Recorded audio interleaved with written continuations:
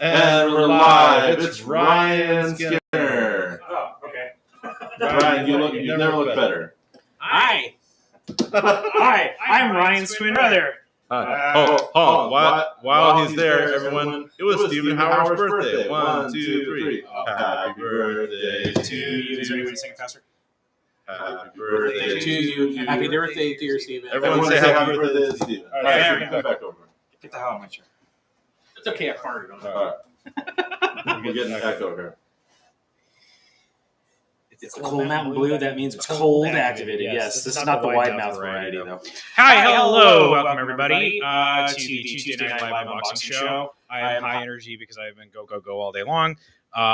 So hopefully results in some funny antics for you. Derek, on the other hand, is dead tired, so we're going to try not to ask him to do too much thinking, though he has a wonderful list of questions that he came up with anyway that I have answers to like half of so far in my head in the time I've had to think.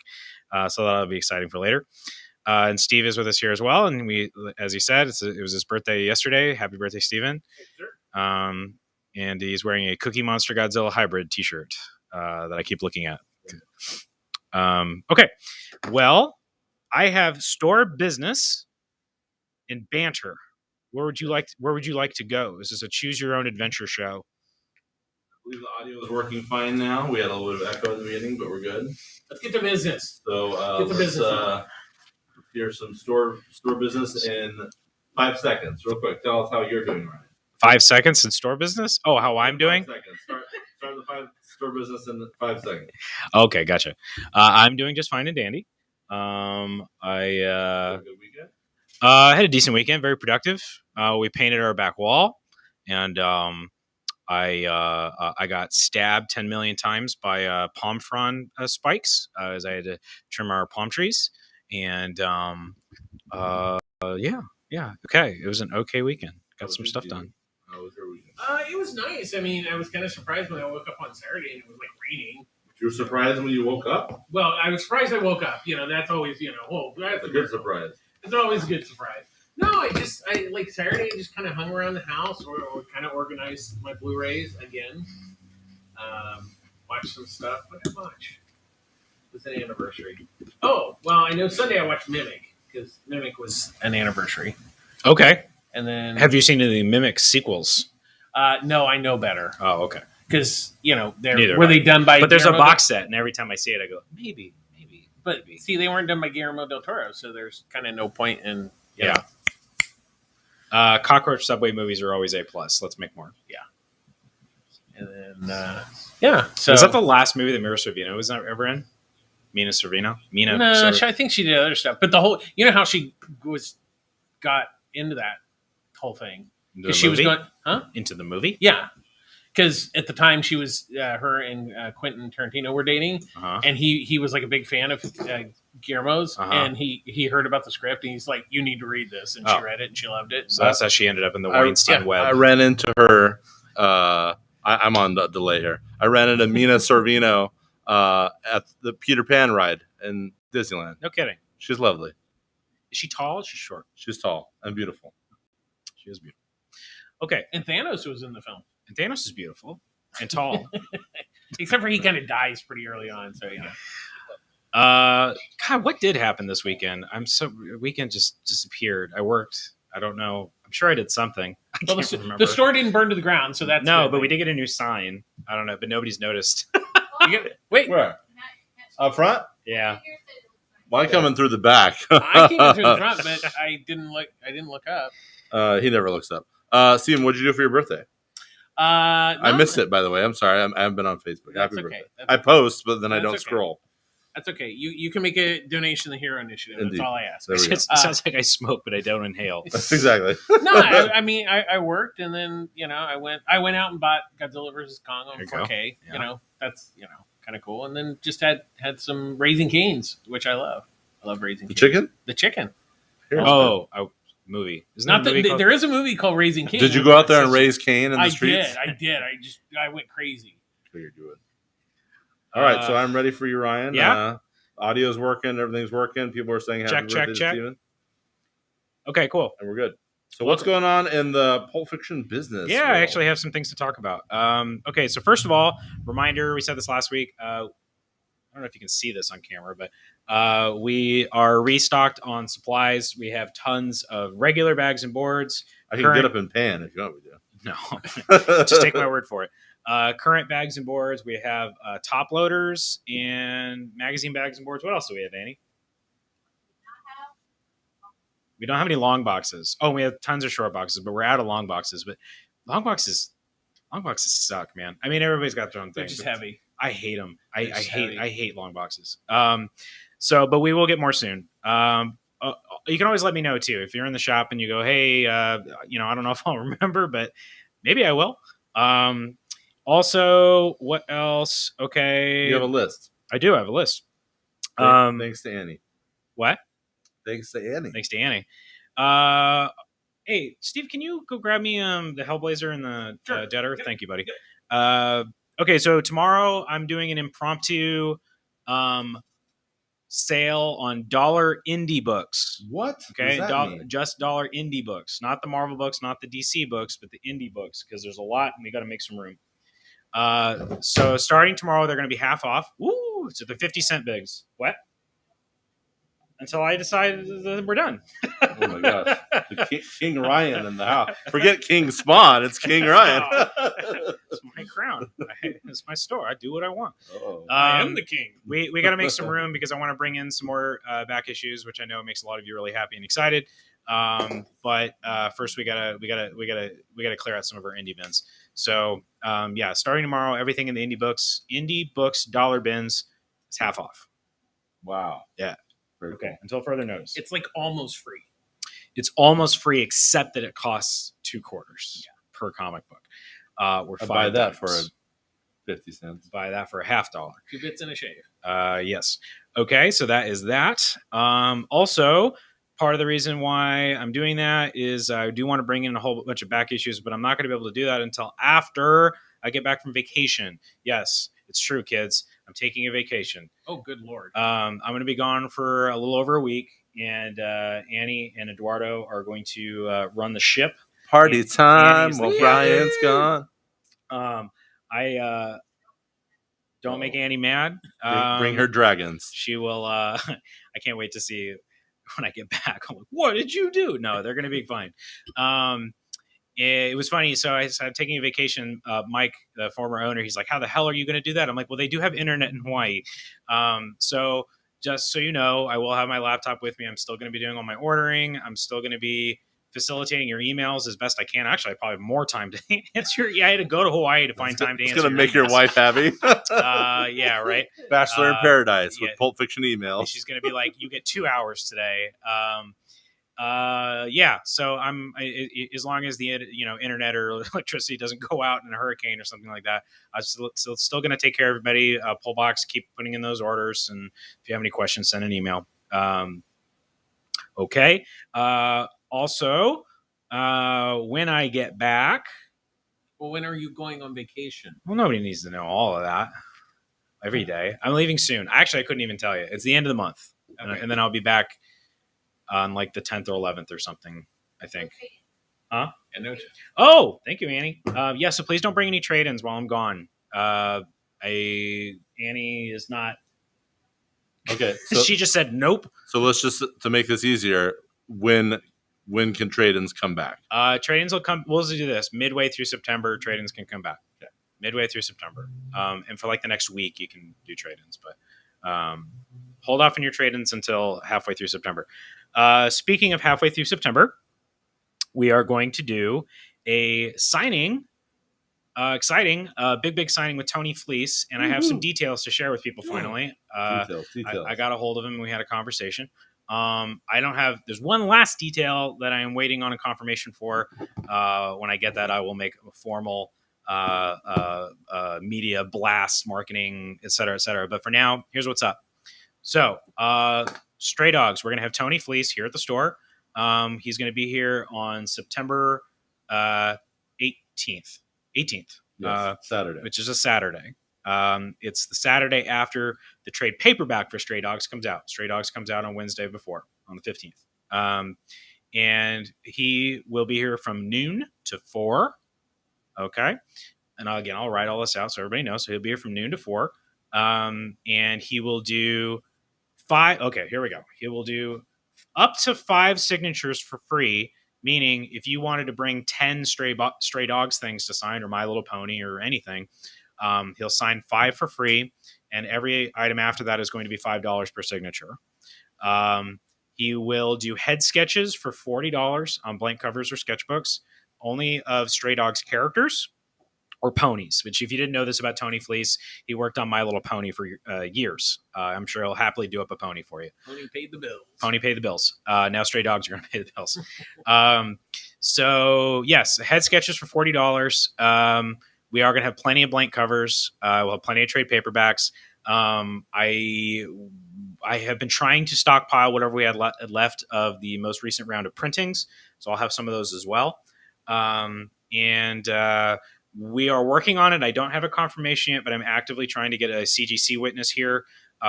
So if you come and you want to get your book signed and CGC witness, it will cost $10. Then you can take that book, and if you want to, you can submit it to CGC later. And if you didn't know this about CGC, if you just have something signed and you send it to them to get it graded, that's no bueno. They're not going to authenticate the signature. They're going to mark it as defacement. It's a big old boo-boo. You don't want to do that. However, if CGC is there and has a representative that witnesses your comic being signed, then they will include that on the label. So they'll give you the grade and say it's a 9.8 and it's signed by Tony Fleece. So we're working on that. I'm really trying to make that happen, but I don't have a confirmation on that yet. I think that's it for Tony. It's going to be really cool. I'm very excited. Yes. So we don't, because I lose comments in the scroll just to make everyone feel like they're attended to. Adam Hernandez says, hey, happy birthday, Steven. The new sign looks great, Matt Schaefer says. Thank you. It's good to be king, Adam says. Louis says, party at Ryan's store. Goes on eBay to buy a keg. Yes, we get a keg with a Batman symbol on it. Matt Schaefer wants to know what island because he wants to stalk you. Adam Hernandez says, you mean Annie won't take in my warehouse of trade-ins? No. So I know on Instagram, Annie, she's the captain now.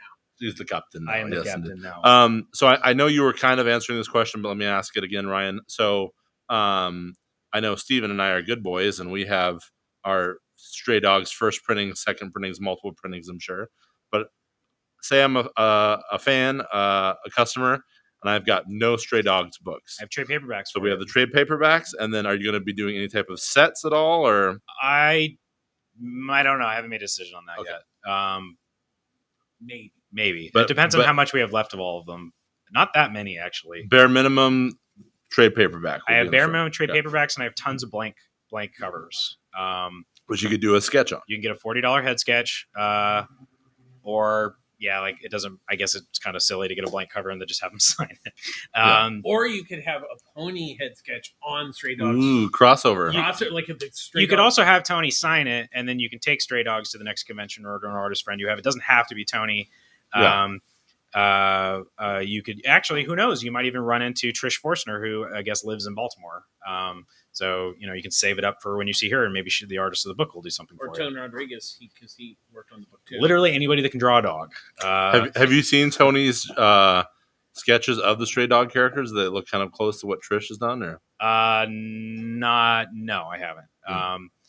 Well, yes, I have. I've seen him. I've seen some of the stuff that he did at Comic Bug for Free Comic Book Day. Because it's all kind of in the Don Bluth style, right? Yeah, he'll still do it in that kind of animated style. That's awesome. Kind of his style, anyway.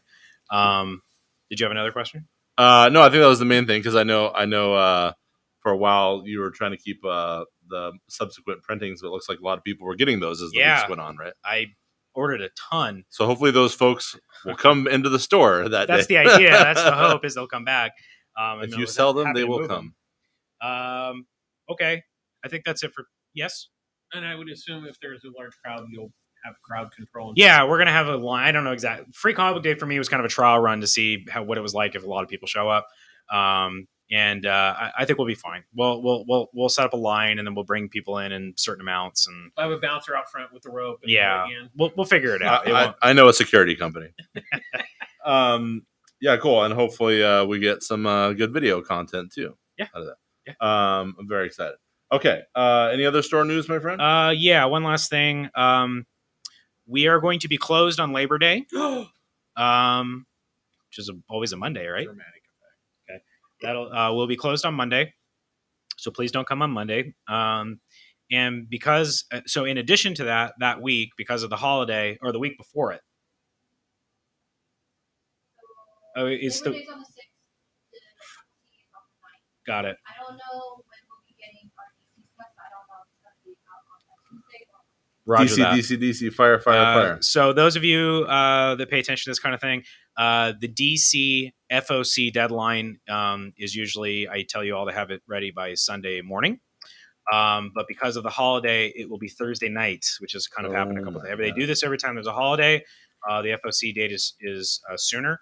However, I think they're already up. Don't you already have them? I have them up on the website already. Okay, yeah, because I did a bunch of way earlier. Yes. So. You can either go to lunardistribution.com and you can look and see the books that are coming out that way. Or if you prefer, Eduardo has been uploading images and links to our personal website, pulpfictionbooksandcomics.com. And you can go there and you can see the FOC deadline for that week, which would be the 9th, Annie, that's what you said, right? The 9th, September 9th. And you can just click and it'll take you right to where you need to go on Previews Roll. It's the best I can do to try to take care of you all. Insanity. When does the FOC usually get published? Because your newsletters usually come around there, but the FOC is DC is special in the sense that you really have no excuse. You can go on lunardistribution.com right now and you can see the FOC deadlines next like 2 months. You can get way ahead of the game. Adam's saying internet crashed. Are you getting signal? It's getting signal. Yeah, we're getting signal here, pal. Maybe the stray dogs came over and crashed his internet. Before noon. I have to translate, so I don't know. We'll pick a day then. When do you want them ready to go? Thursday morning? Okay. No later. No later than noon. And okay, so that book. If you bypass that, I'm sorry. That's Hey, that's I play. And he threw down the hammer. I use the page. I use that same playbook. So, that was very nice what the free conversation. Yeah. So I have learned. That stuff takes time, guys. If you all wait to do your stuff like right before it's actually due, Annie does not have time to process all of those requests. So please have anything that's afternoon. You are taking your books into your own hands. Actually, you're not. You're risking not having your books in your hands. Her life is in your hands, dude. Yeah. Okay. I think that's it. Unless you guys have any other questions. Just to let you know, right now you've got up to 9/12 on. Yeah, he's always plugging away at it. Yeah. So you don't have to wait week by week. Yeah. For DC, you can sit down and you could get 2 weeks ahead if you wanted to. Right. So it is up now if you want to get way ahead and make Annie a very happy camper. If only if I was on all the DC books. If only. I'm worried sometimes because they'll pop up with, because they'll be like, this book has A and B covers, but then randomly like, oh, now there's a C and D cover. Yeah, that does happen a lot. But paying attention to Lunar is the best way to keep an accurate eye on it. Yeah. Previous world sucks. Okay. What else? Should we or you do it? That was business. You want to do banter? So that was great. Yes. Well, yes. I don't know when, because Labor Day is on Monday. I don't know when. Annie wants everybody also to know that because of that holiday week, because of Labor Day, we don't know when we're going to have our DC books available. It's that week, so we'll keep you posted. I will keep you posted from my vacation via the newsletter or social media or both. And then we don't need to give all the details, but next week's stream might be without Ryan, or next week's stream might be. I didn't even think about that yet, so I'll leave that up to you guys. But yeah. That's really going to be up to Annie, because if she wants to get out of here, you guys can't stay. So I guess we'll talk about it. Yeah. Or I can give you a key, maybe. Yeah, we're talking about maybe even doing it from home, a Zoom, a little Zoom. Or I love Eduardo, but he's not hosting the show. Yeah, if you he ain't ready for prime time. If you loan me a thing for the week, I'd be willing. We'll figure it out. But we'll figure it out. By the way, there should be could be the Steve and Derek show. It should, yeah, it'll be the highest rated show Yeah. of all time. And then they're I gonna thought he say said it's- no Ryans. There's going to be a ratings crash. we'll just we'll CGI Ryan in post. Well, we already have my clone, my twin. Exactly. Right? Okay. Good story. All right, so I got a lot of questions this week. So Yeah, we'll let's do just it. before we Rapid get into fire. the news, I'll just throw out a fun question. Hey, Stargirl has been great, guys. Stargirl episode 3 of Stargirl Summer School is going to air tonight. But last week we had Jade on. Who's Jade? The daughter of Alan Scott. Daughter of Will Smith. Oh. Yes, exactly. from What is all from this what book? noise over here? Well, she's from several books, but she's known from JSA. Ooh. No, you don't know her from Oh, JSA? DC Nerd Fight. DC Nerd Fight. Where did she DC first Nerd appear? Fight. Oh, her first appearance, you're asking. Well, I mean, what book did she first I appear? don't know. You tell us. That would be Infinity Incorporated. Ooh, Infinity Inc. Jade, Alan Scott's daughter, is learning how to use her ring for the first time in this last episode. She's trying to build constructs. If you, Steven, or Ryan, were a Green Lantern and making your first Green Lantern construct, and it could be anything at all you want in the world. I have a question for you What would it about be? the science of, or the rules The of, science / magic. whatever. Can Yes. you eat a construct? Will it taste like the thing that you're making? Well, it depends on which continuity. That there's versions of the constructs where they've been able to create consciousness. Okay. When Hal Jordan went crazy after Coast City got destroyed, he built a whole city Right. and a whole population of fake people. Right. What if I So- just wanted to make a pizza? It's your heart's I desire. can eat a pizza? Yeah. Okay, I'll make a green pizza and I eat it. Oh, Annie would make a dragon. Yeah, Okay. it would make a drink. All right, Steven, what would you make? I'd make like Wonder Woman's invisible jet. But it'd be green. You make a But it'd be green green. jet. It And would then be green. I could just like fly around and look like I'm in my green jet. By the way, on the show, am I? Oh, you guys are on camera. Never mind. Yeah. That's what I was asking. Yeah. Yeah. Why not? It's a construct. I mean, you can make an arrow and shove it through someone, or a bullet and kill someone. No. Um, Pizza. I want yeah. to make a pizza. Yeah, you make a pizza. Okay. Ruben also said earlier Infinity Inc. So everyone out there, what would you make? Adam Hernandez says, I would make a T-Rex. You know I would make? I'd make Man of Steel 2 starring Henry Cavill. That's Directed- pretty impressive. Directed by Zack That's Snyder. better than making Coast City all over. And then I can make a pipe and hit Superman. Oh, Daryl. Sven, I never say it right. Sven That's right. on Twitch. Hello, Twitch fans. Twitch people says, and he would make an Infinity Gauntlet. Ooh, very good answer. I would wish for multiple wishes. All right, so we have some more questions at the end of the show. Okay. Next thing, we'll get into some quick news. Jake Gyllenhaal will star and produce an adaptation of Robert Kirkman's and Lorenzo de Fellini's Skybound comic Oblivion That's Song. right. I heard about Did you guys hear about that? Yeah. Either of you Oblivion Song fans? No. Not Okay. because I just never read I it. didn't keep up with it, but I still get it. But the first arc was good. Yeah. Spider-Man No Way Home trailer dropped. What'd you guys think? It's great. Can't wait to see it. Looks like a Spider-Man film. Did they use? One of my things with the Tom Holland MCU Spider-Man movies is they repurpose the Spider-Man like that song. Yes. It sounds amazing. It's Yeah. just so good that it's like, why? That's just the theme song, guys. Like, you don't need to, because I couldn't tell you. I don't think I challenge everybody to hum or whistle what the actual. Well, the Danny Elfman original score was good. That's great. Yeah, no, Yeah. the for the Sam Raimi movies. Yeah. Yes, no, those are Yeah. fantastic.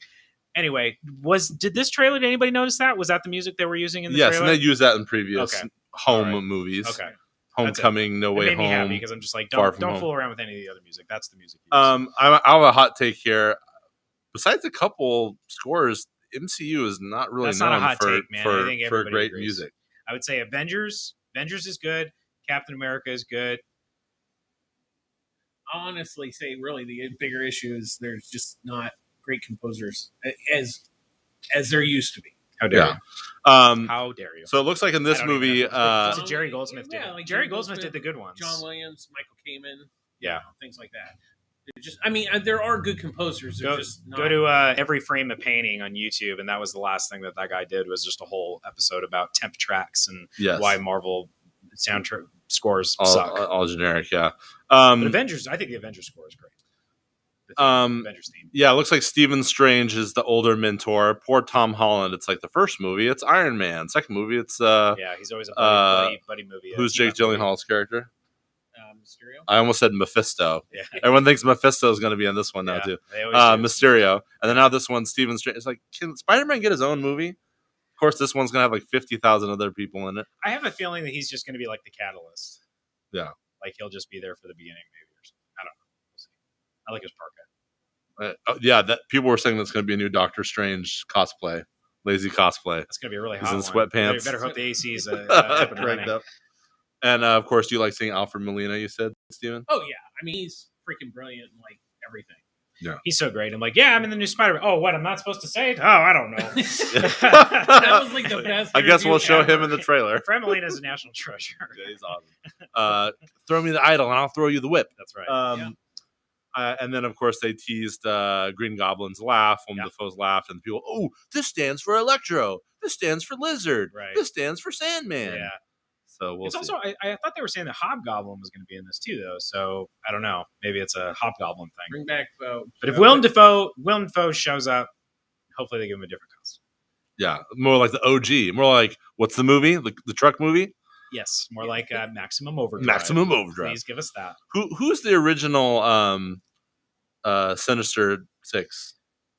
Ooh, it's not Green Goblin. I don't think actually was in this. Yeah. So it's Sandman, Doctor Octopus, Electro, Craven, Vulcan, Vulture.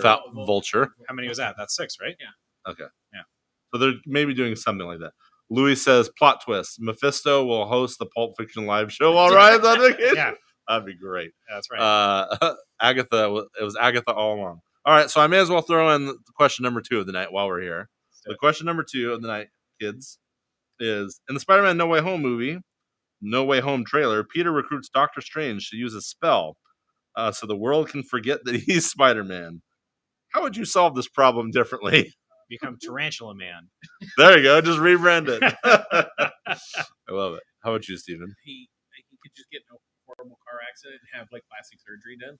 There you go. Fake his death and then witness protection program. Yeah, there you go. Perfect. How would you solve it, Andy? Perfect. Great answer. Well, I always think of like, I thought it was going to be Skrulls because they introduced Skrulls in the last, Captain Marvel, and in this they tease it in the Spider-Man movie too.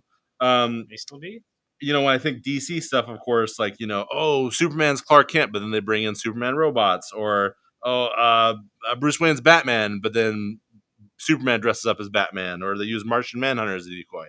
So I thought, they're just going to do like a some type of decoy. Then I thought, they should just use the animatronic Spider-Man from California Adventure. Yeah, there you go. Just bring him in, have him swinging around. You'll like this, Derek. Cody said he should reach out to one of those alternate universes, get Superman from Superman 78, which we're going to talk about later, and then get him to fly around the planet real fast. And just that's perfect. That's the best answer tonight. That's how I had a young kid in here, by the way, that's like, who would win, Invincible or Superman? I'm like, Superman. He's like, no, I don't think so. I'm like, well, you're young, and there's some things that are just you give credit to things that have been around longer, okay? Yeah. Invincible's cute, but Superman started the whole damn thing, so Superman wins, okay? And he's like, I don't know, they're pretty. And I'm like, okay, well, Superman can turn back time.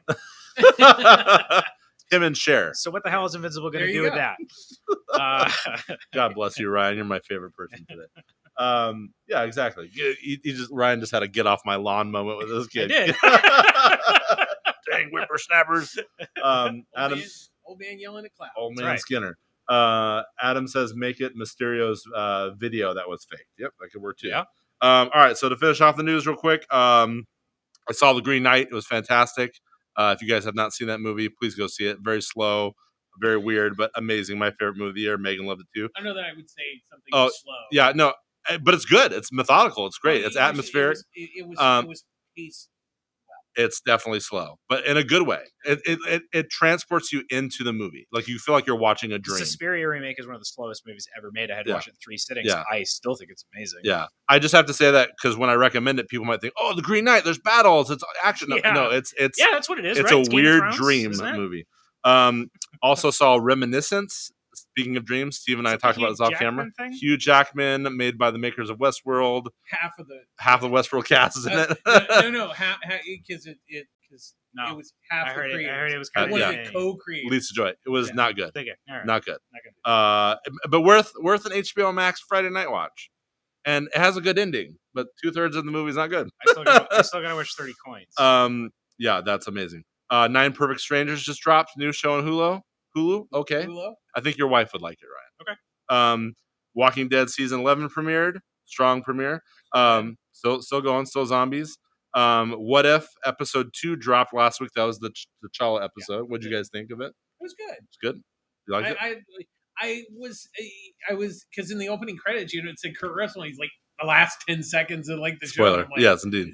I mean, it was cool, but it was like, wow, But- but they're possibly setting up another What If episode. Yeah, but they didn't get Batista as Drax. It was different That's true. Drax. That's right. But I love Nebula. Did you think Nebula looked cool? yeah, she was great. I loved her calling Cha Cha. I thought that was really sweet. Yeah.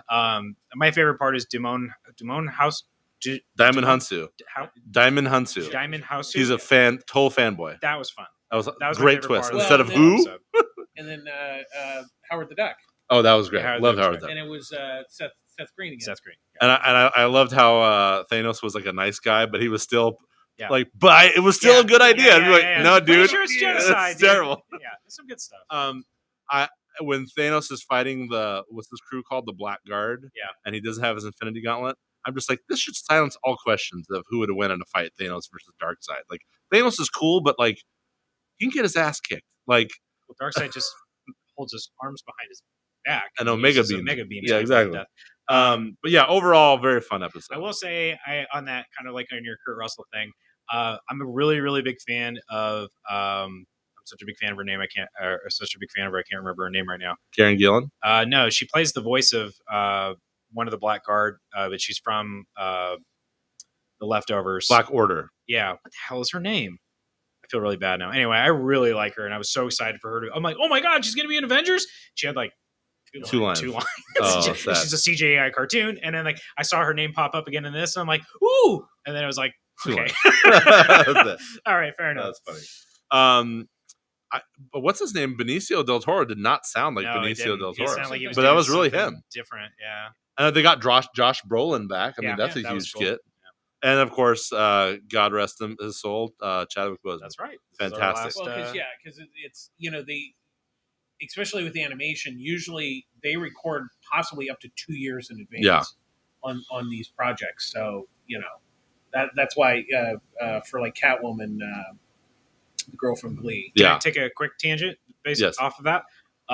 There was some rumors this week, some Black Panther 2 stuff, because the speculators all have their ears to the ground in terms of what's going to pop off and what's going to whatever. Riri? Yeah, a couple things. So it seems like, I mean, it's still rumors, but it seems They're pretty well. coming for you right now. Marvel's coming. Yeah, I know. They're coming. Kevin Feige. Here comes Kevin Feige. It's pretty strong evidence to suggest, I guess, at this point, that Shuri is our next Black Panther, and she's going to be good buds with Riri Williams. Doctor Strange? He's in everything. Riri. So this is them kind of like building a new group, and she will be the new Iron Man in the Marvel Cinematic Universe, and Shuri will be the new Black Panther. This movie, it'll come spinning out of this movie, supposedly. It's a rumor. So your first appearances are Shuri as Black Panther, and your first Riri Williams are probably going to start. Yeah, they've said they're not going to kill off T'Challa, so I hope they do like intergalactic Black Panther, like he goes to space, Sure. like he has in the comics before. And, Right. she takes the mantle for He Earth fell or into something. a black hole, but we'll see him later. True. But yeah, I thought this was a fantastic performance, and really excited to see what they do next. He's going to be a couple more episodes. Oh, speaking of which, the episode tomorrow, guys, is Black Widow, voiced by Scarlett Johansson. Awkward. Good thing they recorded that a while back. Yeah, Hope they we'll didn't see if have to do she any pickup lines recently. see if she promotes that on her Instagram. Yeah, so that lawsuit's still going on, and Deadline just did an article of how Black Widow still made a ton of money, and so she that $50 million price tag she was asking for is still You shoot for the stars, you land on the moon, right? Yeah. Well, I mean, she's a producer in the movie too, so that's what she would have made, Right. for the acting and producing stuff. Okay, Titans is still going strong. That last episode was killer in more of the ways than one. Awesome.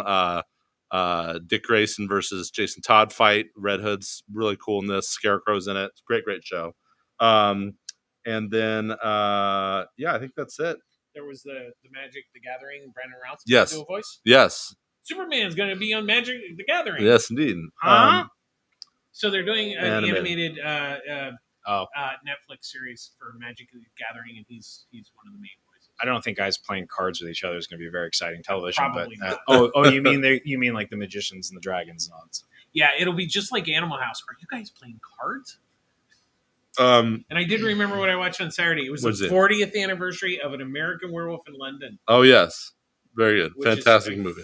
freaking brilliant movie. Yes.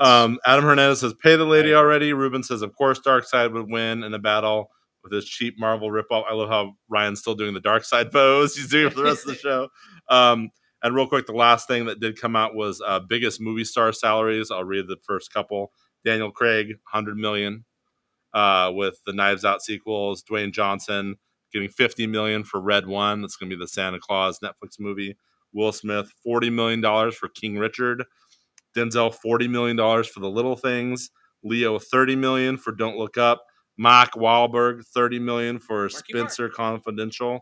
And Jennifer Lawrence and Julia Roberts tie with $25 million for Don't Look Up and Leave the World Behind. Let's Don't Look Up. Never mind. This is not the movie. Yeah. Show. But that's crazy. And the reason why I brought that up is because these creators, man, they're getting. We talked about it a couple weeks ago. $5,000 for their artwork and stories. So, And I can't Pay it believe forward. you didn't. I'm actually going to tell you about a Superman thing Please you tell haven't me. talked about. what? That Warner Home Video has announced Superman the Animated Series on Blu-ray. Yes, I saw that. I'm very excited about that. It's very cool. All right. Especially because Darkseid's in it. Yes, indeed. And he's a great version. Is it Michael Turp? Ironside. What's the name of the guy? The Mattel. cop? Turpin? Dan Turpin. Turpin. Oh, that was I cried so, when he died. oh, so good. That was so Good sad. series. Dark Side. Yeah. Real.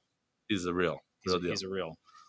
He's not the half price bargain version over at Marvel. He's a truey. True story. Hey, Ryan. Yeah. This is a comic book show. I thought, yeah, presumably. So, I can't mention Superman. for anyone who doesn't know what the show is, tell us in 5 What's in the seconds. box? Who are you and what do we do? What's in the box? This is what is your store and what does it do? Yeah. This is Pulp Fiction Long Beach. We are about to talk about all the stuff that comes out tomorrow. DC stuff, Marvel stuff, indie stuff. I'm going to show you some ratio variants. I'm going to show you some new number ones and a couple of graphic novels and give you a little bit of commentary and give you my reviews for anything that I happen to read last 2 nights. And besides the awesome comments you guys do that we read throughout the show, we are streaming live to Facebook, Twitch, Twitter, Instagram, YouTube. If you have any specific questions about, hey, can I buy that? Hey, can you put this in my box?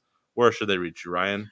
Please send us an email at pulpfictionlongbeach@gmail.com. It's right there on the screen, And kids. they say, I did send you an email. I'm working on it. I get a lot of emails. So I'll get back to you Real when I quick, can. Adam Hernandez did point out Night Gallery's coming out on Blu-ray, I've never seen Night Gallery. and they also announced Kolchak the Night Stalker is coming out on Blu-ray. I've also never seen Kolchak, so Oh, you're going to get a phone call. How much does Mark Wahlberg make for the Wahlburgers, Louis? Wahlburgers. Oh, and More than we do. and supposedly Kino's going to do Mystery Men in 4K, which is an awesome film based on a comic book. See? The real mystery I want to know is what's in the box, Ryan. What's in the box? I took them out of the box already. What's in the They're box? laying on the table, so it's the next best thing. What's on the table?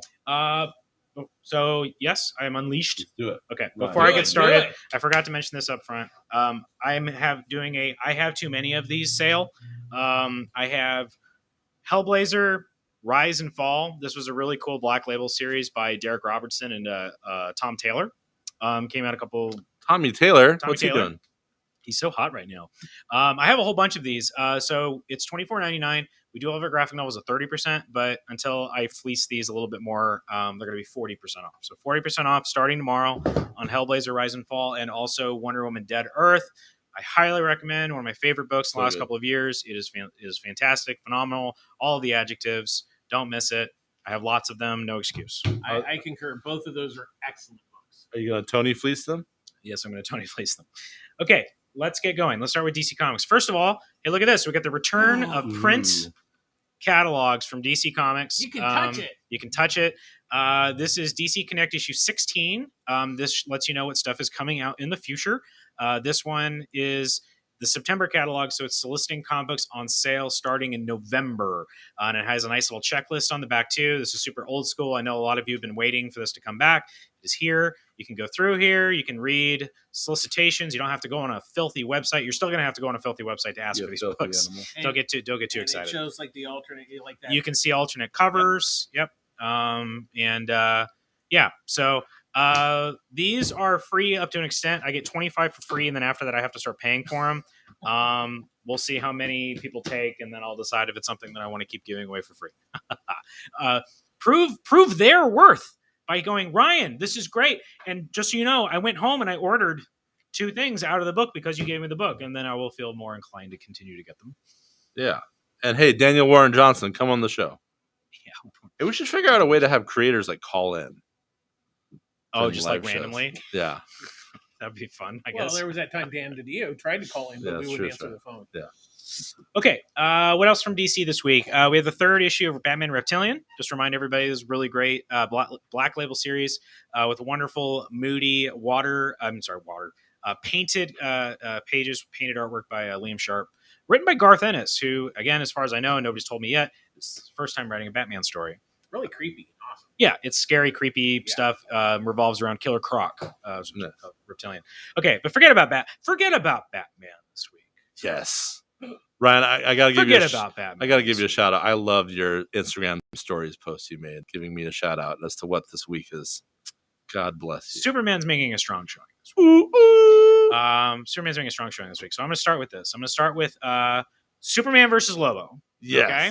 New Black Label magazine, prestige format. This is a ton of fun. This is co-written by Sarah Beatty, sort of a Instagram influencer, former SNL comedy writer.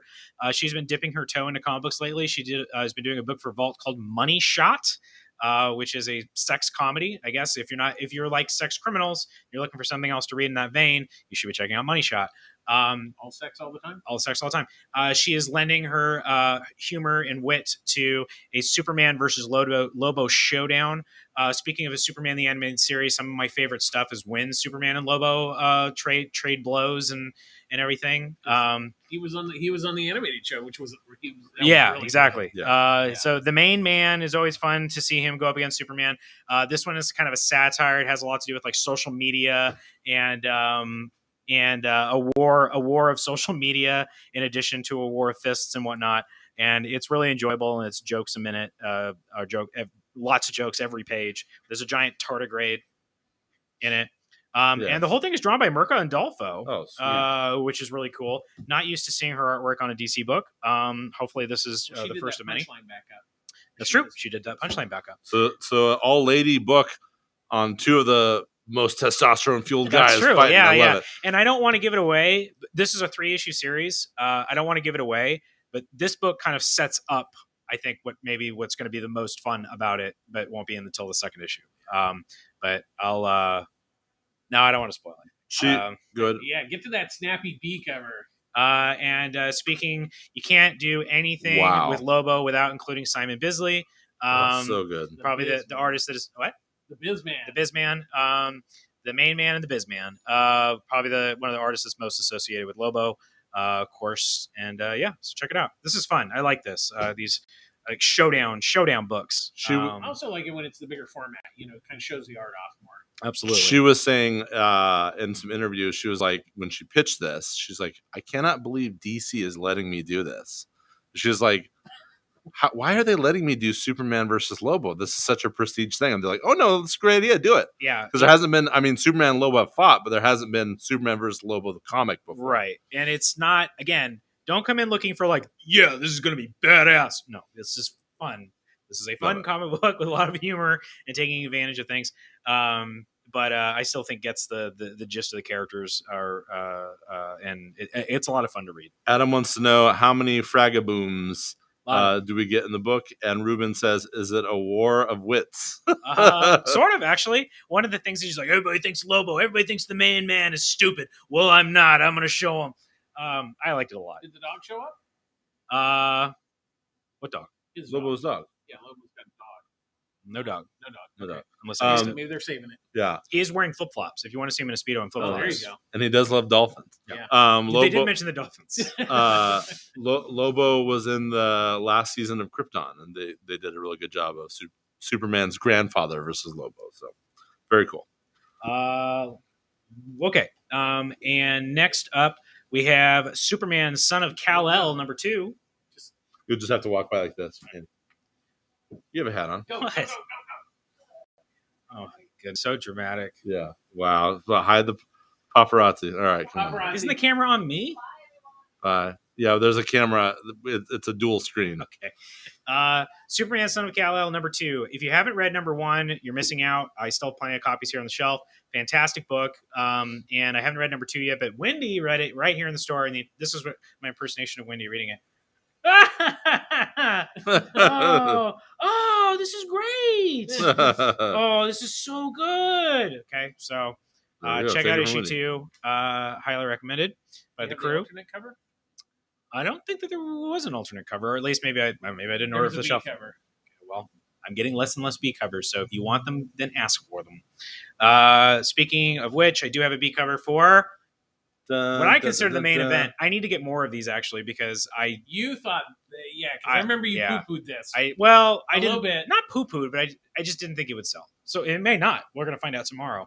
But this was phenomenal. Yes. I really, really, really enjoyed Batman. See, I'm already doing it. Superman 78. This is written by Robert Venditti and drawn by Wilfredo Torres, and I just think it's paced really wonderfully. It's really doing a good job of trying to capture the Richard Donner aesthetic. Wilfred's done. He's done a couple of Black Hammer stuff. So Yeah. he's a really good artist. And in case you were wondering, the big bad that they're bringing into this is Brainiac. And he's great too.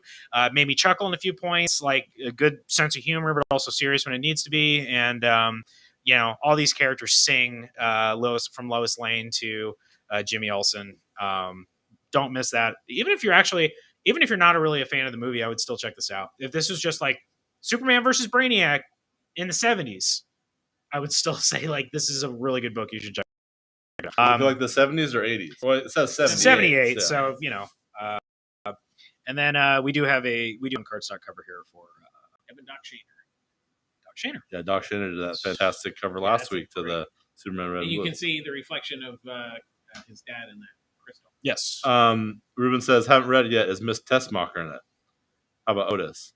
Miss Tessmacher?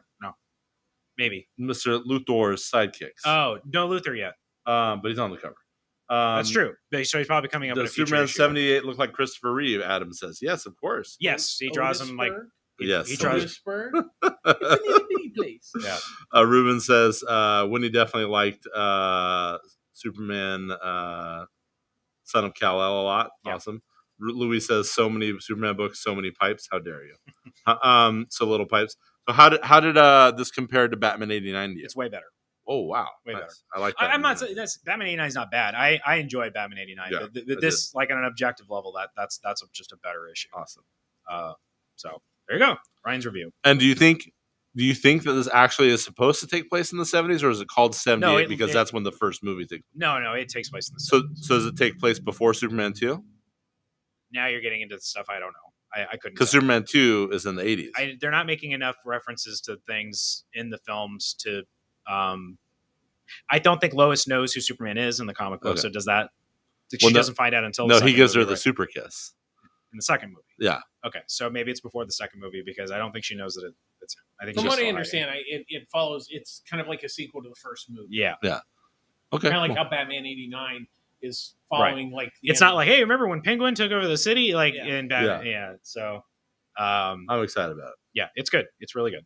And there's also 2 other Superman books this week, which I'm sure you won't talk about. I'm not going And to. Action but Comics. Go for it. Go. And which has been, Action Comics has been phenomenal lately, dealing with Warworld and then also Batman, Superman as well. So 5 super books, Ryan. 5 of them.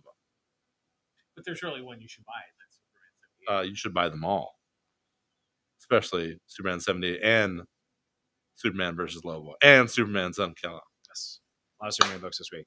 A lot of super. Derek's in heaven. Super heaven. Do I have your permission to table Superman discussion and move on to I'm gonna other keep- other comic I'm gonna books. keep the Superman conversation going in my head, but you guys go on. All right, thanks. What else we got, Ryan? We get into some indie books this week. All right, so we got a new book by J.H. Williams III. Anybody know who this is? So, co-creator of Batwoman, red hair, character who's on CW now. I don't know if anybody remembers this, but kind of a spat between him and DC Comics editorial because he wanted Batwoman to get married, and then they were like, no, and then no, it's not because we don't like girls getting married. It's because we know none of our heroes should get married. I don't know. He hasn't done anything in a while, artwork wise. I don't think He's done some covers. But he has a big thing in the end that I didn't read, but it does say this is years in the making. Anyway, you're going to help me out with this, Steve. I hope. What's relation to the landscape format to Promethea? You don't know. Well, some of the issues were done. Yeah, they were done that way. Okay, I feel like Max maybe told me this. There's a version of Promethea that never ended up happening. That the entire thing was supposed to be widescreen, in this landscape format. That was one of the things that they wanted to do. Okay, so that's what this is. This is a comic book told in complete landscape format. And wow. I think the artwork is just absolutely gorgeous, and I adore it whenever anybody tries different format things. Of course, the first thing I said when I saw the shape was, "Oh my god, everybody's going to ask me what do I put it in?" And it's another Last Ronin. Hey, you know what? It just is going to fit in a. It's going to fit. It's going to fit in a sleeve just fine and dandy. You just got to change your perspective a little bit. What is this about? I have no idea. It's some kind of crazy fantasy universe. It feels very much like a kind of a Grant Morrison style book, something like The Invisibles or something along those lines. But again, the artwork is just wow, really phenomenal. Last time anybody got to see, the last time anybody got to see him do stuff like this was, I guess, on Sandman Overture. Yeah. So check it out. J.H. Williams III. I think he's a really impressive artist. That's Echolands, by the way. Echolands #1. There's also a alternate cover. They're both by J.H. Williams. Yeah, it's fun. It's funny when a light and dark side. Yeah, when I first looked at it, I thought it was Echolands because that before the E looks like an H. Yeah, Echolands. Yeah, I'm really excited about that book. Adam says it looks so cool. Craig Tolbert says that looks great. I like the landscape look. Yeah, it's neat. So check that out for sure. Got Alien #6 this week. Yes. They do have a ratio variant by Anacleto. I'm not sure. That's some very, very, very H.R. Giger stuff going on. I am not caught up with this book, so I have no idea why there is a humanoid alien thing, whatever. Maybe it's a dream. I have no idea. Giger or Geiger? It's Geiger. Is it? Krypton or Krypton? Were you friends with him? Yeah. So yeah, there is a dream thing going on that series where there's a humanoid type alien. That actually goes back to the original comics. Yeah. I'm going to nerd out for a minute. But when Dark Horse first started making the comics, they introduced this idea that the alien queen had some kind of like psychic whatever, and that's how she like communicates with all of her drones and whatnot, and can influence people's dreams and whatnot. Okay, moving right along. Here's some big books, just things that have been good sellers that are coming out. We got Barbaric #3 out this week. I have more on order for the back issues. I did a big round of comic book back orders last week, trying to fill out our back issues of Barbaric, Basilisk, Geiger, a lot of stuff. And this finishes off the first story arc. Does it? It should. Okay. It said concluded next issue. So. You're right. Does this series bother you at all, Stephen, that they use so much contemporary language? No, that didn't bother me. Yeah, I love the book, and I'm so much so that I got Ryan a matching t-shirt. But yeah, sometimes the dialogue it's like they're talking in 2021. It's just a stylistic choice. Yeah. It doesn't bother me. But it's the artwork, man. It's crazy. It's the axe. I want that axe. Yeah, that axe is great. It's drunk off blood. What are you doing? Oh, okay.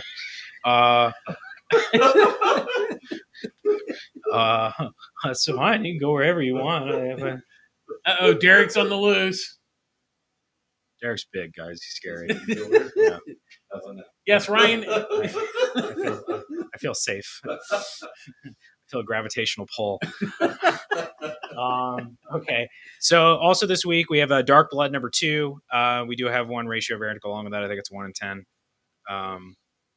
First issue sold really well. First issue was really good. Hey, he's pick of the week. It's better than Mother's Men, so we go with Okay, also big book this week, Department of Truth, number 12. It is a James Tinian week because we also have Something is Killing the Children, number 19. 19. Books are blowing up, guys. You got to go follow him over on Substack. Go check out his next projects. We do have a ratio variant to go along with Something's Killing Children 19. I forget the name of this artist, but I'm pretty sure this is the artist for Red Mother, which is a book that I really enjoyed. That's a very cool cover. Sometimes they go for a little, sometimes they go for a lot. I don't have these priced yet, guys, because I had some other things I had to do, but I will price them as soon as the show is over. More than $1. It's going to be more than $1. Yes. Big book this week, probably the biggest week, is King Spawn, number King 1. Spawn. How many different covers you got? I have 1, 2, 3, 4, 5, 6, 7. Wow. And 1 ratio variant. Before anybody asks, no, I did not get the 1 in 250 ratio variant, so don't ask me, please. Yeah, so this is the first new ongoing Spawn title since like ever, since the original series. And this is Todd McFarlane. He's launching his big line of Spawn books. There's an advertisement right here on the back. All Spawn all the time. All Spawn all the time. There's an advertisement here on the back for Gunslinger Spawn. This one's going to be written by Donnie Cates. So that'll bring some. What's the cover price on that? It's a thicker book. It's slim thick. It is $5.99. That's not bad. Which is part of the reason why I didn't get the 1 in 250 variant, because this is an expensive. It's like book. a double-sized book, so that's actually pretty yeah. good. It's definitely a hefty title. So let's see here. First cover is I'm actually not sure who the art is on the main cover. It's just his puppeteer on it, but I don't really know what that means. Somebody chime in the comments if you know the artist. The rest of these I can name. So we got a cover here by Todd McFarlane. That is the cover, by the way, that he used for the 1 in 250. You see, he's got his crown because he's the king. I don't know. That's new. I don't know who that is. We got a cover by David Finch. Very cool. We got a cover. Can you keep those up just for one more beat? We got another one here by Greg Capullo. One of the other long tenure on the Spawn title. We have Brett Booth. This one is going to be a connecting cover. So Cool. I don't know how far many issues it goes, but issue 2 has a Brett Booth cover that connects to this and so on and so forth. It has like all the characters on it. We have, this one's really cool. Sean Murphy. Yeah, that one's really cool. That's one of my favorites. Sean Murphy, you'll recognize from the White Knight stuff, right? Yes, quite famously from the White Knight stuff. And then lastly, how about this? Donnie Cates drew a cover, Wow. and then inked by Todd McFarlane. He does this sometimes. I mean, he's no slouch, but people enjoy these. Actually, this was a lot of people ordered this. Rick Rock 34 says on Twitch, hello. Twitch says Puppeteer Lee is the CA in cover artist and previews room. Puppeteer Lee. Yes, that's right. Yeah, Steve, let me know. Great artist, looks fantastic. I'm just not familiar.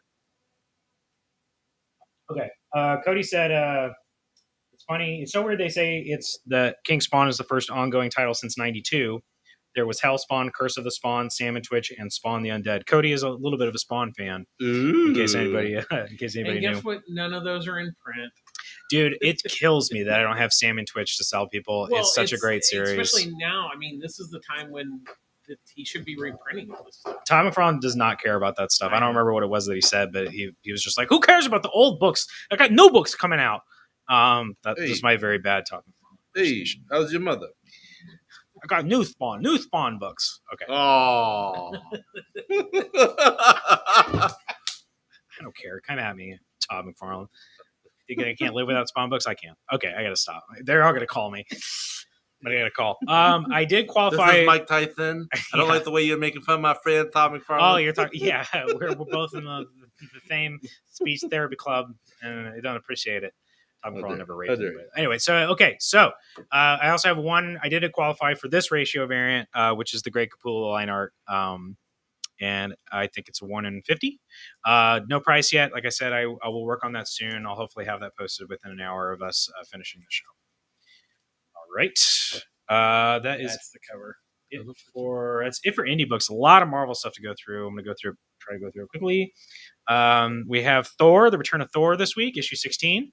And Nick Klein's still doing these really great 1 in 25 ratio variants. Again, I think That's an homage cover, but I can't figure It's an homage to Hulk. Looks like Hulk. That's it. Very cool. Couldn't tell you who the original Hulk artist is. I think that was John Buscema. It might have been John Buscema. Are you going to show the other covers or just that variant, pal? Just the ratio. Just the ratio. By the way, I don't know if you got enough, but Oh no, Fish- that's Stranko. Mo could do it too. Yeah. I would have grabbed that one. I just forgot. Okay. Derek to the rescue. Yes, there is a very cool Peach Momoko cover for Thor. The regular cover, he's fighting Odin, I guess, right? Mr. Better Ray Bill. I had a first appearance of Better Ray Bill in here, and it didn't last very long. It got swept up by Wendy Levin. It was Jim Stranko cover for the whole. Looks like Strango. Yeah, that makes Jim sense. Stranko. Okay, moving right along in no particular order. We have a Winter Guard series this week for anybody that wants to still really excited about Black Widow. And What about the Summer Guard? the Summer Guard is next year. Okay. It's so weird they say. Okay, that's the same comment. Here's some stuff that Wendy also swept up. We have a Vareggi cover for as a ratio variant for United States Captain America. We have a new Native American Captain America that's being introduced this week. Loving this cover. Not sure who the artist is. Not sure who the artist is. Looks like Peach Momoko, but I don't think it is. Beautiful cover here for Nonstop Spider-Man. Loving the color. Nonstop Spider-Man. Wendy. Huh? Wendy drew it. Nonstop Spider-Man has had fantastic ratio variants that haven't been like fetching as high a price as I thought they would. Eventually, if somebody ends up buying them. This week we also have I'll show that later. We have Wolverine this week. Wendy snatched up this Gerard Savino. Wow. Very cool cover. I really like Savino. Yeah. Very neat. Kind of Sam Keith-ish a little bit. Yeah, for sure. Definitely. Probably actually probably in that person's mind, I would think. Yeah. Okay, we have the return of Amazing Fantasy this week. Maybe check. We've sold out of issue 1. I love that It first was issue. really good. Yeah, Carrie Andrews can I'm do a loving comic. the B covers. I'm loving those B. The B cover this week is really cool too. This is a ratio variant that I think is Alex Ross. It certainly looks like Alex Ross. That looks like Alex Ross. Um, Or somebody who's really drawing like Alex Ross. I mean, it's either Alex Ross or somebody that's doing a very good Alex Ross impersonation. Okay, and then here we go. Yeah, so this week we have a new Darkhawk. Yes, that character that they created in the 90s. This is a brand new character, so it's whoever, I don't even know who Darkhawk is, but this is a brand new character taking up the mantle or whatever. So this is an origin story. I'll tell you what, Annie liked it. I haven't read it yet. Annie liked the book. Annie enjoyed Annie this liked the comic book. book. Yeah, Does it have dragons in it? yeah, no No? dragons. He's got wings. You know, Yeah, it's that kind of was- like a dragon. counts. That could have done it. It's a really cool cover. He looks neat. Yeah, Darkhawk. Lionel Francis Yu did a really bitchin' cover for it. Honestly, the original series. Well, forget The all that. character looks This is cool, the new though. one. But he looks cool, so hopefully they'll fix it. It's written by Kyle Higgins, who has been writing all the Power Ranger stuff, and he kind of looks like a Power Ranger, doesn't he? Totally. Go Darkhawk. Go Darkhawk. We have a couple of ratios for Darkhawk. Geez, I'm bad with remembering my artists now. Here's this one. We'll call it the space variant. Space variant, Nighthawk, Darkhawk, space variant, Space Hawk. Space Hawk, Space Ghost, and Swayan. I can't say his name. That one's pretty That's cool. actually kinda I like that weirdly one quite cool. a bit. It's really nice, really nice. I think these are both 1 in 25s. I think they're both 1 in 25s.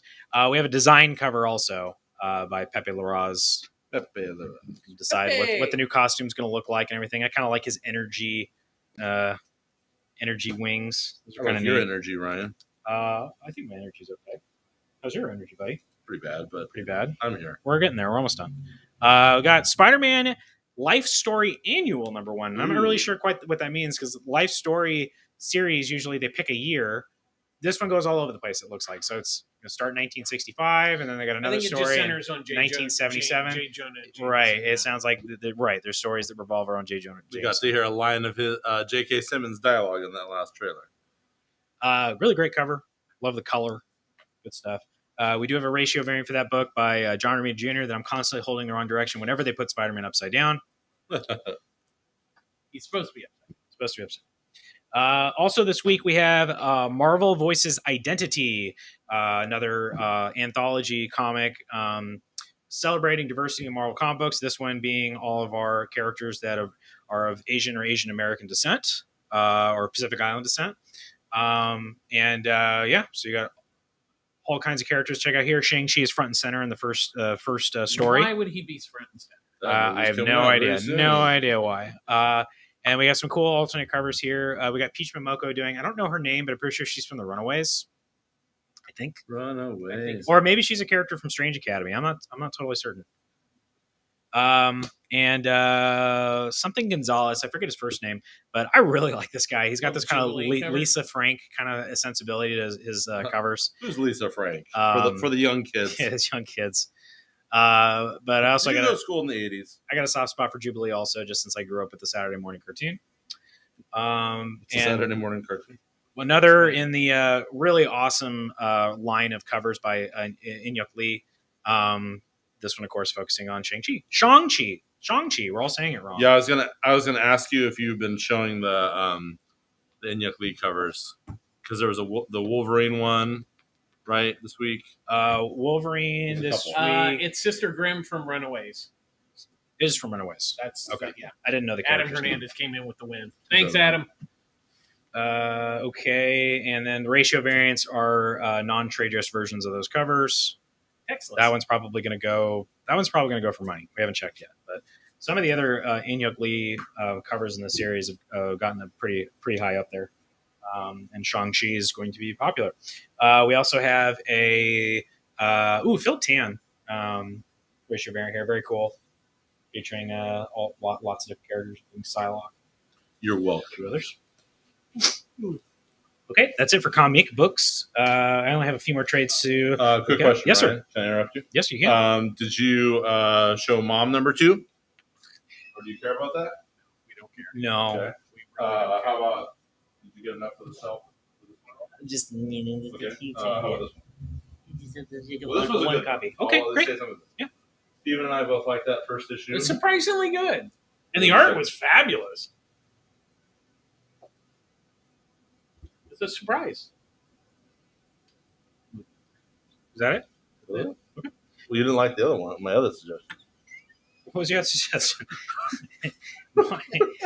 I did not like Saint Mercy and Mom. I did not like Mothers of Madness, and a lot of people I spoke to. Everybody likes their own comic. That's great, but it didn't. It's all okay. It sucked. And did I say that Siphon out Cell. Okay. Saint Mercy looks interesting. I didn't order very many because we only had like one request for it, the FOC. But I did order a couple of copies for the show.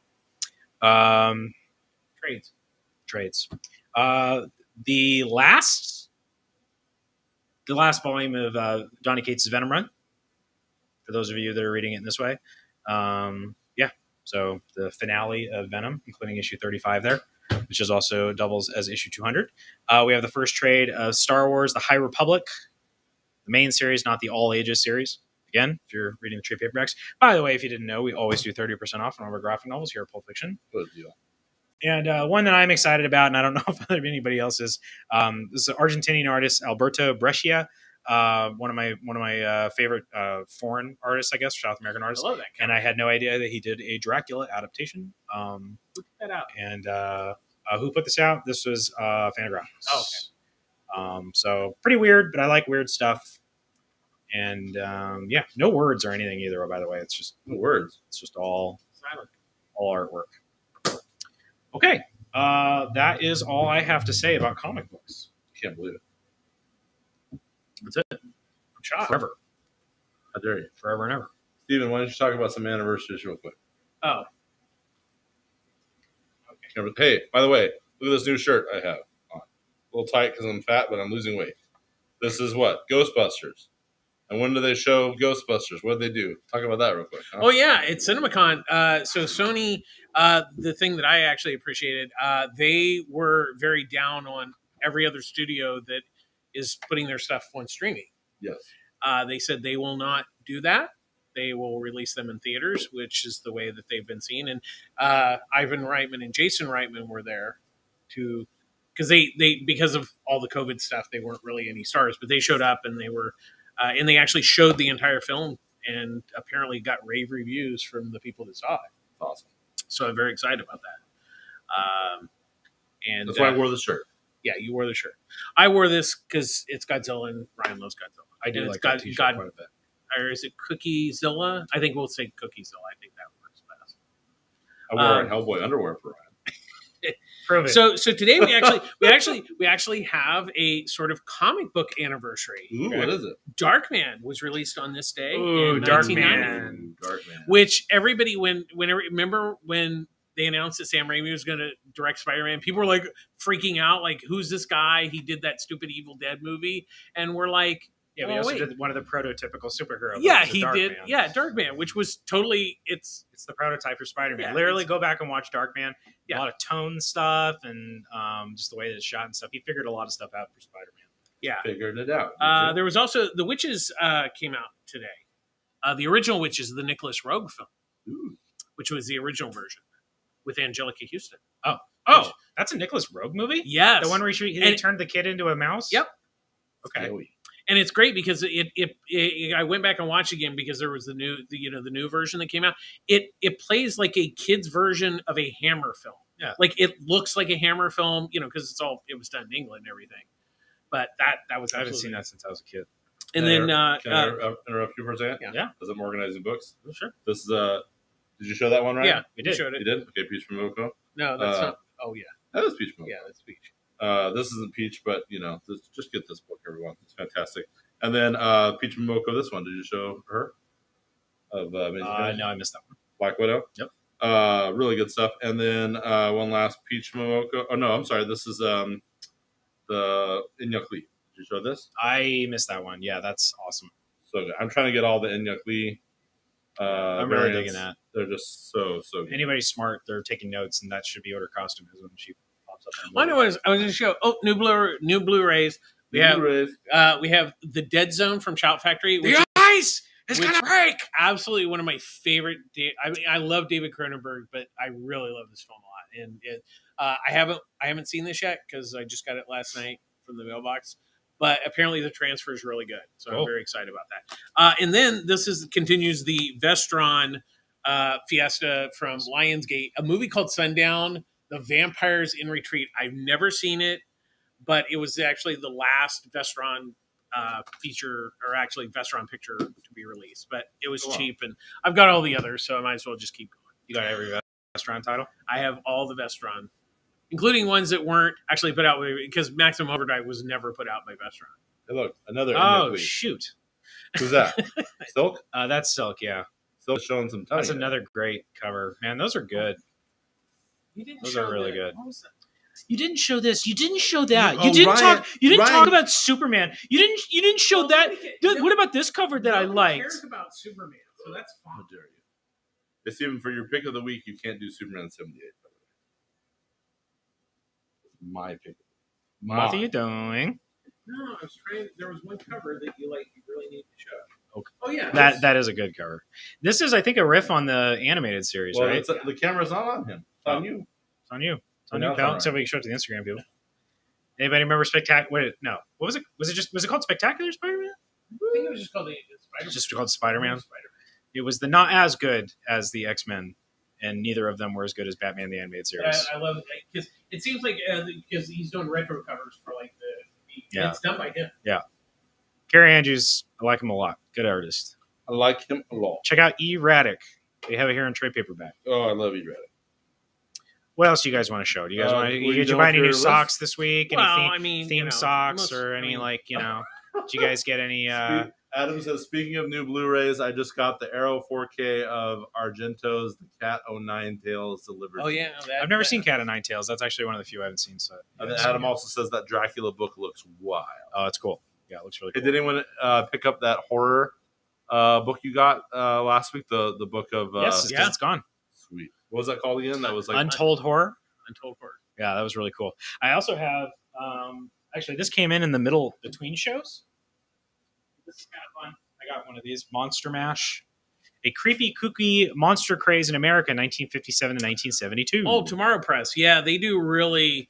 I do really recommend looking for Tomorrow's, in their listings in the Diamond, because they do like they'll spotlight an artist. Oh, I posted on the Facebook page. Today would have been Jim Apparo's birthday. Oh, Probably wow. one of the Happy greatest birthday, Jim Batman Carroll. artists ever. Jim Carrey's awesome. Yeah. And then I posted I guarantee you, everybody's seen his artwork because he did the Death of Robin. Oh, I have one more thing to actually. Well, go. I read something beforehand. I was a good boy. I get PDFs all the time, and I always ignore them, and then I read the thing when I get. It's too late for me to order more. I read the Ma. Did anybody see that in the FOC this past week? Who? Well, I ordered a bunch. I think it's Boom. How do you spell it? MAW. Ma. Okay. Like Not like mom, like but Ma. Ma. No, Ma, MAW. Just really impressed with it. I'm curious to see how other people feel about it, but very serious. It's a genre book, but very serious kind of let's look at rape kind of stuff. So trigger warnings and whatnot, but that stuff can be really mishandled very easily. And this book, I think, did a very good job of telling an intriguing story with good characters while addressing something that's socially relevant, but not making it the only thing that the book is about. It's very entertaining all on its own. Great artwork, creative team I've never heard of before. I think this is them coming into comic books for the first time from other mediums. And so it's not returnable or anything like that. So I'm risking my money. I'm staking my reputation on it. No, I thought it was really good and it had great covers. The one thing that made me pay attention is because I saw Hutchinson Cates. If you didn't know this, everybody knows who Donnie Cates is, but did you know that he's married to a wonderful comic book artist named Megan Hutchinson? They've been married for a few years, I think. And I believe that they're eventually going to do a project together. In the meantime, she's a great artist. I had her do a commission for me a few years ago, and it was cool to see her artwork on the cover, and that made me pay attention. And then I read the PDF, and it was really great. That's all. The Maw. You can ask for it. I've already ordered them, but I ordered a bunch. So if you want to go in and make requests, you can. That's awesome. Yeah. Back to us, because we're the most important. Yes. This is the cover that, what's his name? Steven was talking about. Yeah, that's a really nice cover. That's a good. Is this Inyuk Lee as well? Holy mackerel, Inyuk Lee is doing everything good. Ryan's scowling at It's it. a great cover. No, I'm not scowling. How old is John in that photo? This is younger John. Okay. Yeah, some people are confused about that when like John was like younger carrying Damien. It's like they do flashbacks. I still miss young John, but Yeah. Tom Taylor's making me feel better about it. Yeah, and if you miss young John, you can still get him in the Super Sons book. So show us the commission, Sven says. He also says Saw Ma, I pre-ordered. Adam says Monster Mash looks right up my alley. I read Famous Monsters of Filmland in the 70s through the 80s. There's an interview in here with James Warren and Forrest J. Ackerman about Famous Monsters of Filmland. Oh, awesome. Fangoria and Starlog 2. Luis says, did anyone else remember how Spider-Man wasn't allowed to punch anyone in the 90s cartoon? That was hilarious. Yeah, I remember the Morbius.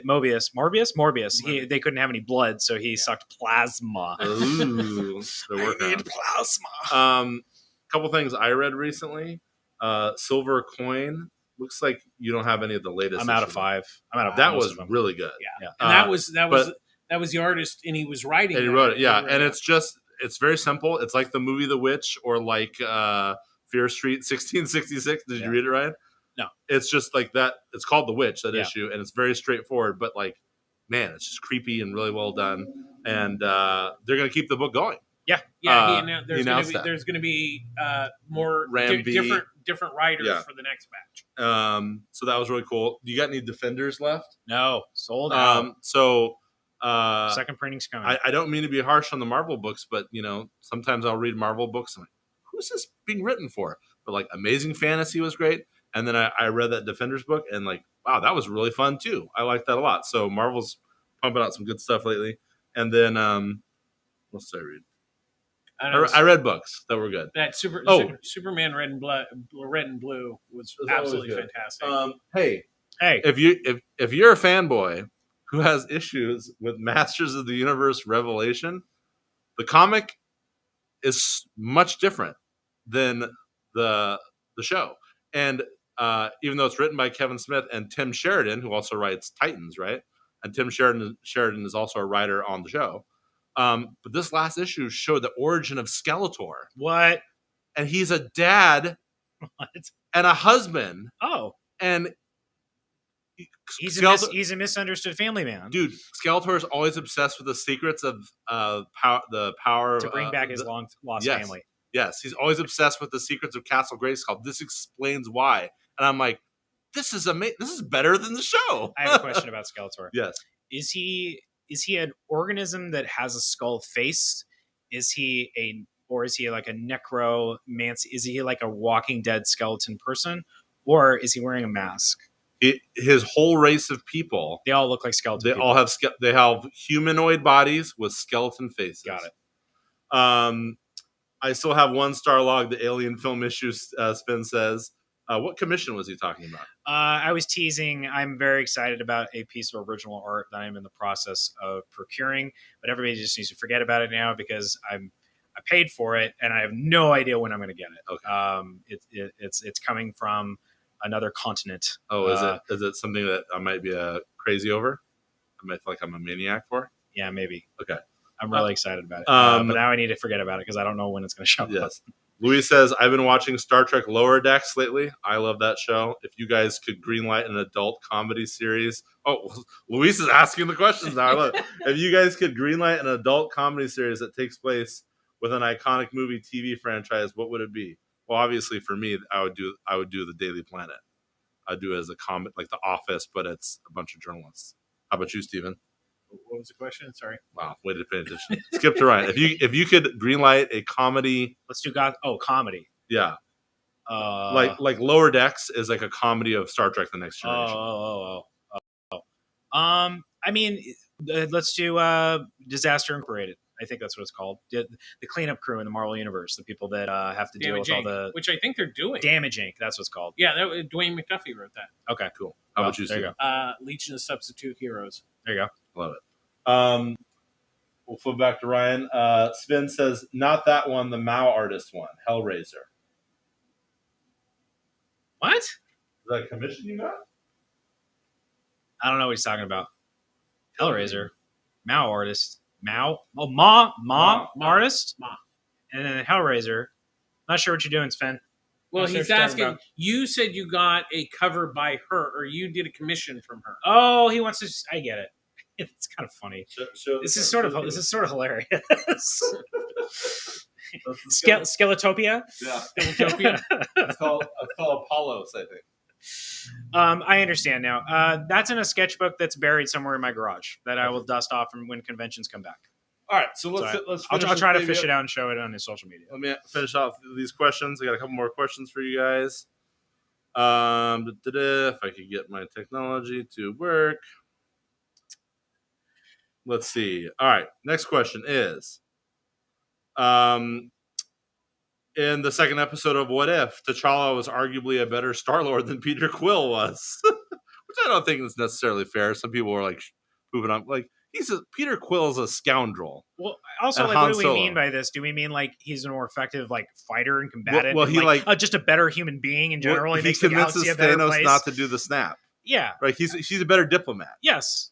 Because he was raised that way. Black Panther's a regal king hero character, and so, Star-Lord is Indiana Jones. Yeah, people are still mad that he stopped them from pulling the glove off in Infinity War. Yeah. So anyway, it was a thing on the internet that was trending, was about how T'Challa is a better Star-Lord than Star-Lord. Right. And then it shows Peter Quill's kind of a loser at Dairy Queen. Yeah.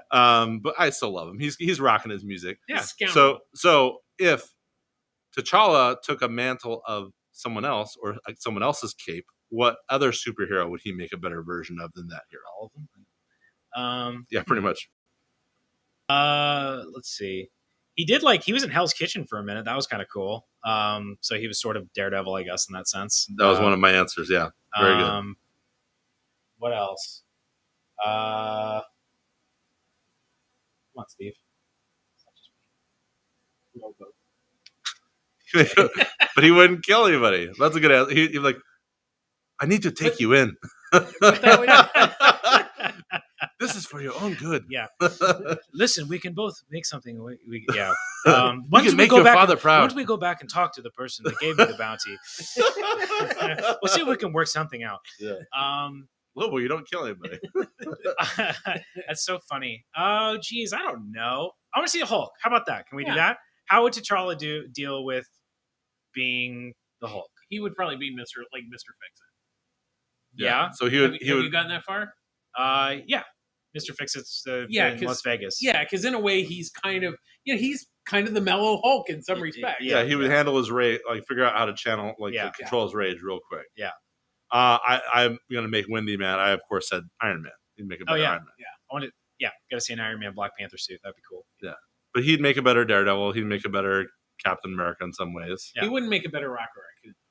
Yeah, Rocket Raccoon or No. Groot. He's too tall. Okay, good answers, everybody. If anyone on the stream wants to answer, go ahead.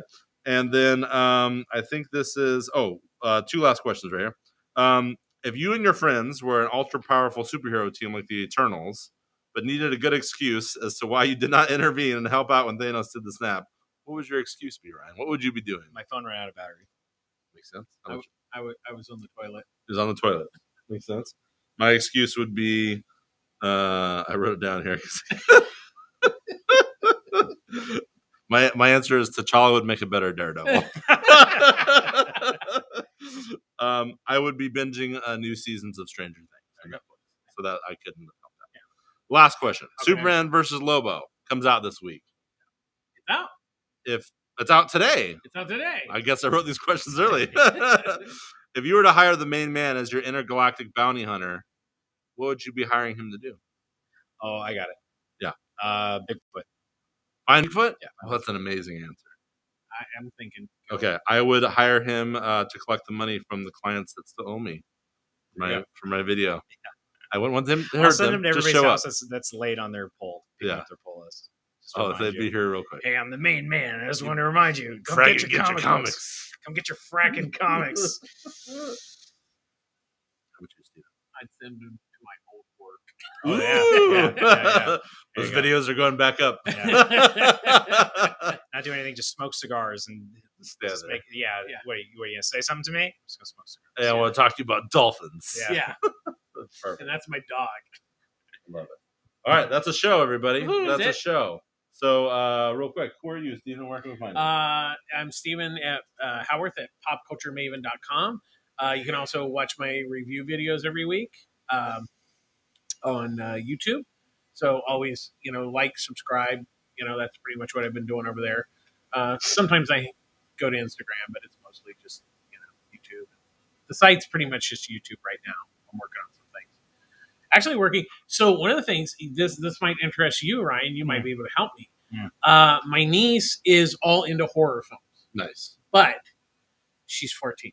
Oh, So Monster she, Squad. she wants, well, yeah, but she also kind of wants scary. So I do have to find out from her dad. Like, I don't think R is a definite no. I think it's about the content of R's because there's some that there's hard R's and then soft R's. Mm-hmm. But I'm actually going to do an article about more kind of tween friendly horror film. That's cool. great. Transitional. Yeah, so stuff you can, That's because I always say one of the most interesting things about like John Carpenter's Halloween is there is virtually no blood in that film. The only blood that you That's a actually good point. Well, Ditto for Texas Chainsaw Massacre, but are we showing that to 14-year-olds? No. But I'm just saying that people, it's kind of like the ear scene in Reservoir Dogs. People think that you see it, Right. but you don't. But so like Halloween, people talk about how violent it is, and really it's not. It's I mean he does kill people, but it's not like it's not like Friday It's the not 13th. explicit. Yeah, it's not explicit. So it's kind of one of those things where there's different variances of R's. Yeah. I think that sounds cool, Steve. That was what I thought about Fear Street when I watched it, is that this felt like the transitional thing from Stranger Things. So if you're if you were a teenager or a kid watching Stranger Things and you're ready for something a little heaviver, Right. you could go into Fear Street. Did you like that third one? Yeah, I like the whole thing. What was your favorite of the three? The first one. I haven't seen him yet, so don't say. Okay. Like, What wise. I liked is I felt that you got more. I won't say what, but I felt like you got more than 3 movies. You know what I mean? Yeah. Yeah, I think maybe first one was our favorite too. Yeah. But second one was cool too. I'm a Friday the 13th Friday the 13th guy. yeah. I mean, come on. Yeah, it's great. Yeah. What about RoboCop? I mean, my dad showed RoboCop to everyone. Yeah, let's do it. No, Pretty actually, good. I love that movie is still like, I don't know. but one that actually came to mind that is actually it's PG is The Frighteners. Ooh, By Peter Jackson, because it's really creepy. It is I mean, very there's creepy, yeah. like the death, when he's like got the sickle and everything. It's kind of messed up. Yeah. But yeah, stuff like that like is because once again you could say Nightmare Before Christmas, but it's not scary. No, I mean, it's great. I hear what you're saying. Yeah, they want scary, but they can't do Paranormal Activity. Sven says the lost. I was 14 when I saw Blair Witch Project. It's devastated me. Oh, it's creepy. Yeah. They did that's such great marketing too. Is this real? Oh, dude, I remember it was like my friends late at night the day before, and I'm like, we're gonna go see Blair Witch Project. I'm gonna tell you all about it. Do you understand? No, they went out into the woods, you guys, and then they found their footage buried into the earth, and nobody's ever heard or seen of them. Yeah, I was really excited. One movie that I saw as a kid that freaked me out big time, and it's really hard to find because it's in public domain. God, I just lost it. Yeah, get it. No, American Werewolf, it wasn't that one, but that one did freak me. Day of the Triffids. That movie is really creepy. So what it is about these like, aliens that come down, but they're like plants and you just can't kill them. I've read the book, but I haven't seen the movie. Yeah, the movie was really good. Because what happens is, it's like kind of Night of the Comet, where, like, when the meteors come down, people go blind, planes are crashing, trains, and so people that weren't looking, and then these like plant monsters come after everybody. It's creepy. We've got some suggestions here from. Am I saying that right? It's Sven, right? Sven, yeah. Sven. Sven. The Lost Continent, Hammer, super cheesy. The She Creature and Quartermass. Yeah. Actually, there's a number of Quartermass. Yeah, the Quartermass in the Pit. I haven't seen any of the Quartermass movies. My mom loved The Pit and the Pendulum. Yeah, there's also, I mean, like a lot of like the Vincent Price, like The Last Man on Earth, which is 14 years. I think it's boring. Which is like the best version of that story. I think the actual Vincent Price. But yeah, I'm working on it. So yeah, I'm working on it. I'm working on it. All right, so I am Derek Easley. Ryan, you don't have any of this cover for people, right? No. This is why you guys should be on Pull Box. What's that cover? This is the C cover of Superman versus Lobo. Who did it? I don't know. It's amazing, though. You should order this stuff. Look at the final order cutoff. Look at the newsletters. Yeah. Oh, I was going to say something about the Psycho edit when you were talking about like horror movies being edited. The famous story about Alfred Hitchcock resubmitting it and it's the same cut. And like, oh yeah, it's different. Like we had that with the client where they kept asking for like, oh, they like the original cut and then we changed it. And then they were like, no, I like this. And they just didn't know what they're doing. And we're like, okay. And we resent the same thing. Like, it's perfect now. We're like, yeah. It's a good trick. Good old Alfred Hitchcock. Anyway, so we write, edit, direct, produce, drone, photography, post-production, the whole 9 yards. So if you need any work, hit us up.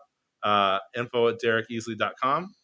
And as far as Pulp Fiction goes, we do, posts throughout the week. We do TikToks, check that out, and then we do these Tuesday shows and also Wednesday People on the Street shows, but they're not really on the street; they're in the store. Hey, look, Wendy's here. Hi, everyone. Hi, Wendy. Hey, Wendy. Mr. Phoebes. Sven says Vincent Price, The Tingler, Superman versus Lobo, Pipe of Justice. Luis, I'm gonna get you, pal. Where are we getting a pipe joke? Circle back to the Night Stalker, Sven says. And everyone's saying, hi, Wendy. Wendy, you're so popular. This was high school. Wendy would be definitely one of the most popular kids in school. So hit us up if you need any stuff, and we'll turn it back to Ryan to say goodbye. Last thoughts, Ryan? Goodbye. No, that's it for me. I got to set up the store. Sounds good. Get you ready for tomorrow. All right, kids. All right. That's it. We'll see you soon. Bye-bye.